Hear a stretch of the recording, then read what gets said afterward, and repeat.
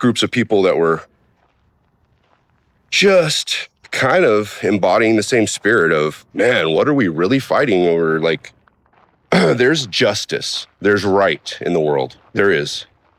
And if you can't see what's just and right over your petty, ego-driven, simple left, right, black, white, red, blue, gay, not gay, if you can't see beyond that to human, love, life, happiness, enjoyment, there's a lot to be had in life other than your political view, your sexuality, your beliefs.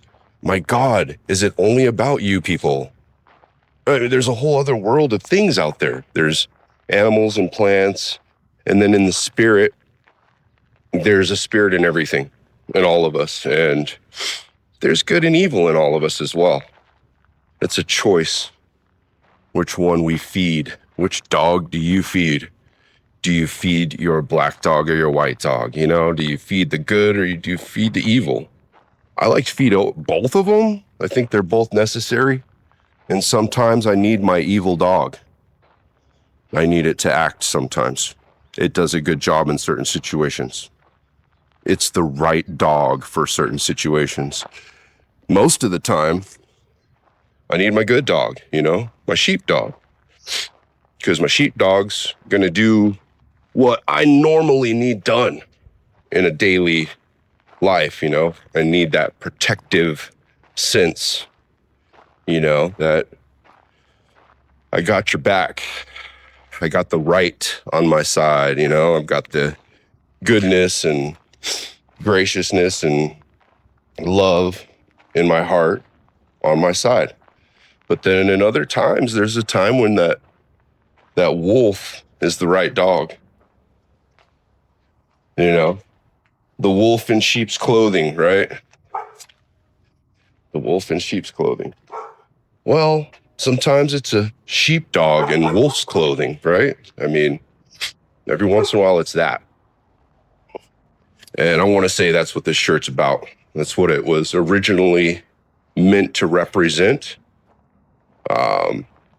It was always a sign of, hey, you can see me out here. I definitely stand out. But it also means I'm not with you guys, kind of like Riddick. They're like, everybody else is standing and bowing and doing exactly what they were told. Who are you? What are you doing just standing there? He's like, I'm not with these guys. And that's real. Like, I want to be in the middle because I care about people, humanity. I care about choice, freedom. I'm Aquarius, so I'm all about individuality and new. I don't really have a rigid mindset on how people should be and sexuality and all that. I believe in freedom of choice, and everybody should be able to do and live and whatever, do what thou will. You know what I mean? But at the same time, let others live and do as they will. My Lord.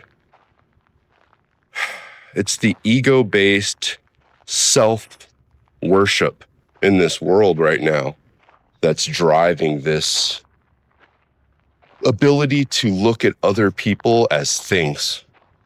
And I've been there, trust me. I have viewed people as things because being half black, half white, you're not really accepted on either side. Nobody ever really accepts you because you're not like anyone. So being a misfit kind of gives you that outside perspective where I'm really not with you guys. I'm really not, never have been. I have had an outside perspective my entire life. And from the outside looking in, and I'm watching, what I see is this disharmony is a division between souls that are connected but deny their own connection. We all feel each other and we feel each other's hurt and pain and feelings, but we confuse what we're feeling and run from it. We get angry at it because we don't understand it. As psychic abilities and collective consciousness becomes more prevalently aware and starts to awaken in us, people don't understand what's happening. They don't understand the strange feelings and, why am I thinking these thoughts and stuff like that. But those kind of things are they're not yours. They're your neighbors. They're your kid in the other room. They're the person you just walked by. And it's hard for the mind to grasp that that's real and even possible. But as energy increases in the earth and the Schumann resonance continues to rise and the frequencies begin to change, frequencies are shapes, frequencies emanate outward, they grow.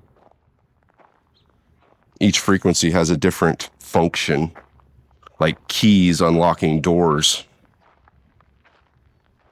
Things are changing in the world on a social, spiritual, even on a physical level. But in the midst of this change, there still needs to be referees, in a sense, people who can see and stay calm, people who can be that lighthouse that know where the shore is from the sea, because people are crashing into the rocks out there. They can't see in the fog. But I want to say some of us have X-ray vision. Some of us have been able to turn off those emotional frequencies that disturb and confuse and, tune into our own, or just learn to listen and not react. Let things be what they are. Let energies be what they are and just filter them. A lot has been happening in the world and people are freaking out. But I got to say, I'm sort of proud of my fellow humans because we haven't descended into civil unrest. And that's impressive. It's impressive because it is definitely time for adulting, for making good decisions towards a future for the future generations rather than what seems to be this church of self is dying, right? The church of self is dying. The singularity. It's not about that. It's about the spirit, and the spirit's a collective thing. It's in everything and it matters. And the less you see that and the more you focus only on you and disregard others, the further you are from the essence of spirit, which divides you from yourself on the inside and the outside. You can never be whole and never be happy when you deny what is truly part of you. What you don't like, what you see in others, is actually a reflection of something in yourself that you do not want to look at. And you see it in those others that you do not like. But they're only reflecting back what you don't like and don't want to see about yourself. This is where shadow work matters. Shadow work is very important because those reflections of the things that you stuff in the corners and never look at, they grow in the dark. They grow and they start to become your unconscious reactions, the things you say without thinking, the things you do before you think. Those are stemmed from the shadow, from the subconscious. They're the things you tell yourself without thought. It's that inner conversation that you forgot to tend. It's within our grasp. We are stewards of our own minds and souls.